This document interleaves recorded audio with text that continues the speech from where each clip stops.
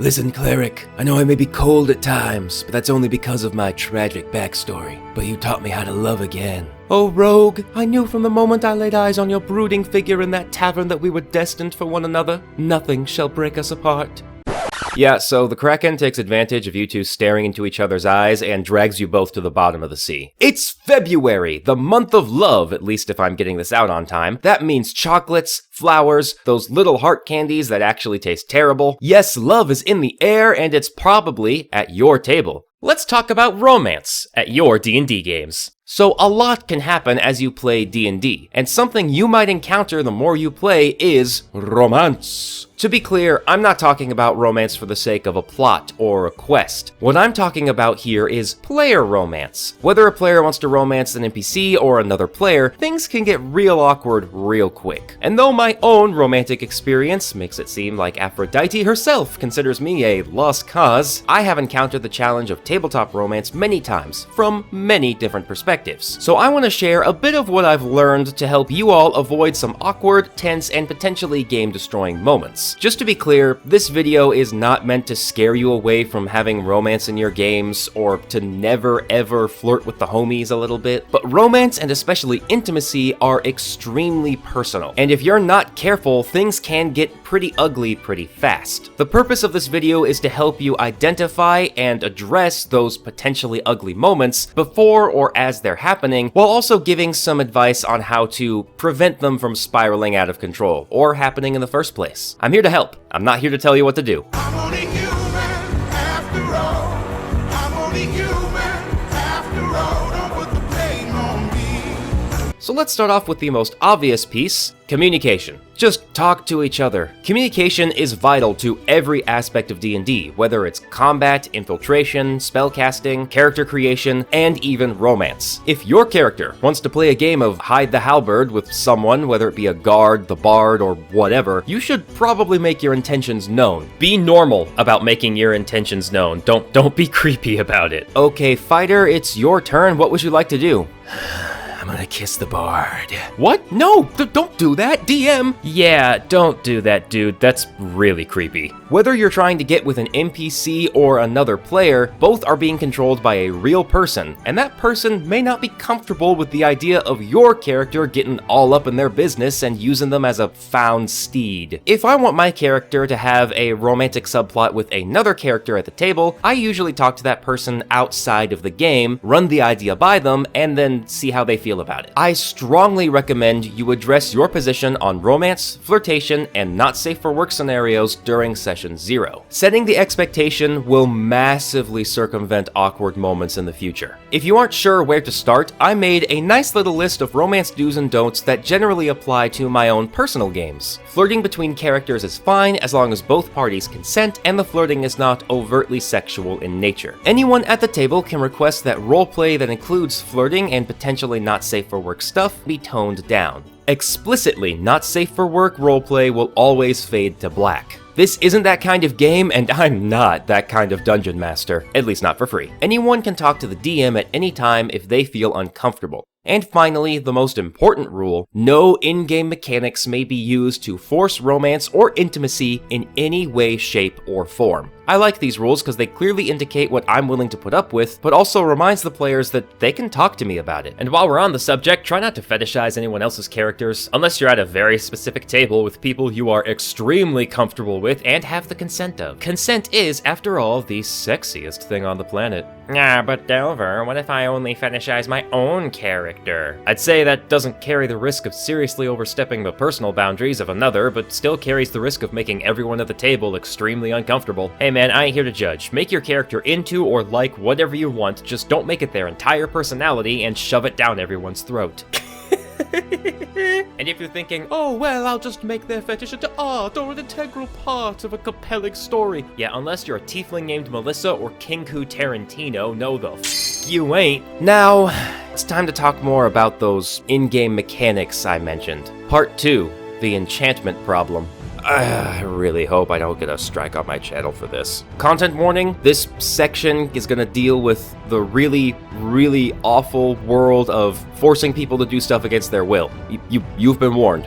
So, Enchantment magic, right? It's the magic of mind control, with spells like Charm Person, Hold Person, and Dominate Monster. No, not like that. These kinds of spells are meant to give you an edge in combat or a social scenario, like having a free critical hit or trying to get 50% off the magic swords at Sawyer's Emporium of Swords. And to be fair, most people, like 99% of players, understand that. They get this. They get that's what those spells are for. Because most people know that under no circumstances should spells like these be used to make players do creepy shit, like using the game's built-in mechanics for magic that controls the will of other people to force a player character to do something they absolutely do not want to do. Not only can it feel like a violation of the person because of how close romance and not safe for work stuff is tied to the person, but it also completely removes player agency, which is never ever fun. But that becomes even worse when you're removing their agency to say no to intimate romantic action. Ugh, gross, ew, makes my skin crawl. To clarify, this is definitely not the same as, say, a vampire charming a party member into betraying the party and they have a little PvP fight. Yes, in this scenario, the character and player are both having to do things they don't want to do. Some agency has been removed here, but the purpose of that kind of situation is to provide an interesting challenge to the players. How do we fight our friend and the vampire without killing our friend, or without our friend killing one of us? That's a super interesting, dramatic, unique challenge for the players to address. And something like that is a million times easier to separate from yourself, like your actual physical person, than someone using enchantment magic to force your character to do...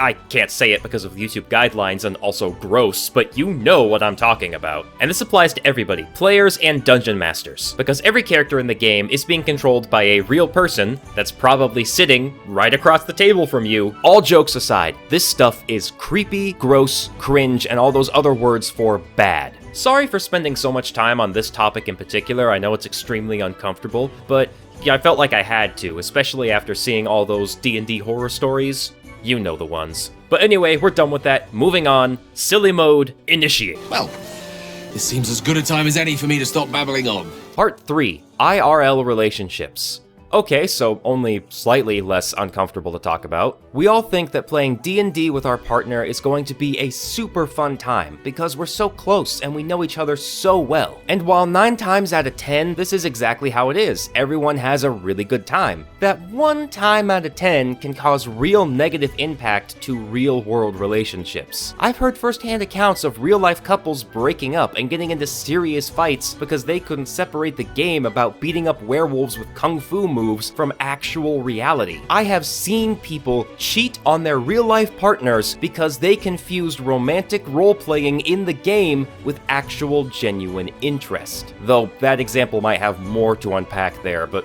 that's not what we're doing here. And may all the gods of Mount Celestia help you if a player is in a relationship with the Dungeon Master. Again, 9 times out of 10, nothing wrong with this. The DM's not gonna show favoritism. But if they do, then you're gonna have a long, arduous game of only doing what the DM's partner wants to do. Nothing like the rest of the party being put on the back burner indefinitely because the DM's Pookie Bear wants special treatment. Or, even worse in my opinion, the Dungeon Master and one of the players at the table could be in a relationship that is going extremely poorly. The problems those two are having are definitely gonna make it to the table, and now you and everybody else who's just trying to enjoy a fun game of D&D is stuck in the middle of a lover's quarrel. Again, these are the minority of cases, but I have been a part of groups where things like this actually happened, and not only did the game die, but it also affected the IRL friend group. Some of them weren't talking to each other for months afterwards. If you're trying to keep this from happening at your table, then my advice is simple. Keep your personal issues out of the game. Just don't bring that shit to the table at all. And if you can't do that, then don't play. Take some time for yourself, focus on your issues, and then once those are resolved, come back and play. There is absolutely no shame in this, and nobody should judge you for wanting to focus on something affecting you personally over just bottling it down so you can enjoy one game of D&D without exploding. Part 3. Role-playing romance. tell me something, if you ain't flirting with the homies, are you even homies? Everyone at the table is different. Some love intense roleplay, others don't, but usually it's a spectrum of people, with each person having their own personal tolerance levels for different kinds of roleplaying. Some people are super into the drama, some people are super into the lighthearted funniness, some people love when the villains monologue, others throw a fireball at the villain while they're monologuing. And of course, some people are super into romantic, flirtatious roleplay, and others just aren't. It's important that in Session 0, you clarify with each and every player the level and kind of romantic role-playing they are comfortable with, and do your best not to push those boundaries. For example, if someone is comfortable with a little bit of flirtation but doesn't want you to go into extreme detail, then don't go into detail. It's that simple. If you have someone at your D&D game who is squeamish about blood, and you go into hyper-detailed depictions of the fighter turning an orc into spam, then don't be surprised when they tell you they're a little uncomfortable. It's the same with flirtatious and spicy roleplay. This applies a bit more to that kind of roleplay, I would say, because of how quickly it can make everybody at the table uncomfortable. I dare you to look your DM in the eyes as they describe the bear scene with Halsin from Baldur's Gate 3, except this time, it's your character getting poked by the bear. Oh, and all your friends are surrounding you at the table. Sure, their characters aren't there in the scene, but they're physically there, right next to you, having their snacks, having to listen to this. Really? Right in front of my Feywild salad? My advice, never go into more detail than you're comfortable with, and if someone tries to go into more detail than you're comfortable with, politely stop them and request that this whole thing just get skipped over. Okay, my bard is going to try and seduce the guard to let us into the royal palace, even though we don't have invitations. Okay, roll me a persuasion. That's 16. Okay, and what do you say? Come again? How do you seduce this bard? Do you caress their face, slam them up against the wall, gaze into their eyes, move one hand slowly up their thigh until— Whoa. DM, look, I'm not comfortable with this AO3 roleplay. Any chance you could just tell me if the roll succeeds or not, and then we can move on? Maybe give a more tame reaction from the guard? Oh gosh, I am so sorry, I didn't mean to make you uncomfortable. Yeah, so the guard blushes at your advances, but ultimately opens the door for you. There, a perfect example of what both player and DM can do in that situation. The game is saved, everybody moves on, and the vibes remain immaculate. If you are going to do some intense, flirtatious roleplay that everybody's comfortable with, I beg of you to use romantic language, not gross language. There is a dictionary, please use it. No, not that one. It's perfectly okay to go up to the Goliath gladiator muscle mommy and tell her how you feel her might is outmatched only by her beauty. The way her hair moves in the breeze as she swings her sword on the battlefield like an angel of death. That is much better than telling that same Goliath muscle mommy you wanna— with sideways.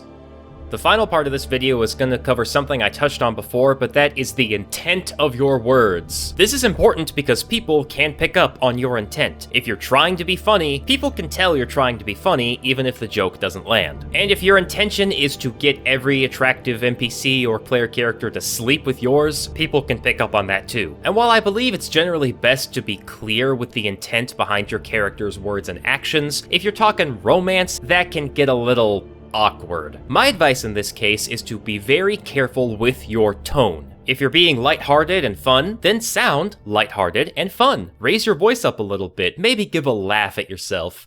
But if you're serious, then you better sound serious. Understand? Great, because in the end, this game is all about having fun, and romance can add a ton of fun and interesting moments into your games. So don't be afraid to try it out. Just make sure everybody's on the same page before you do. Thank you so much for watching. I hope you found this video helpful or at least entertaining. A special thank you to my Patreon supporters and channel members. You guys are all my Valentines this year. Leave a like and subscribe if you haven't already. Check out other videos on the channel, and you know what? Why don't you leave a comment down below of a good romantic story that happened in your D&D games. I don't want a horror story. We have enough of those. I want something sweet. Good endings only. Thank you so much for watching, and I'll see you in the next one. Cheers!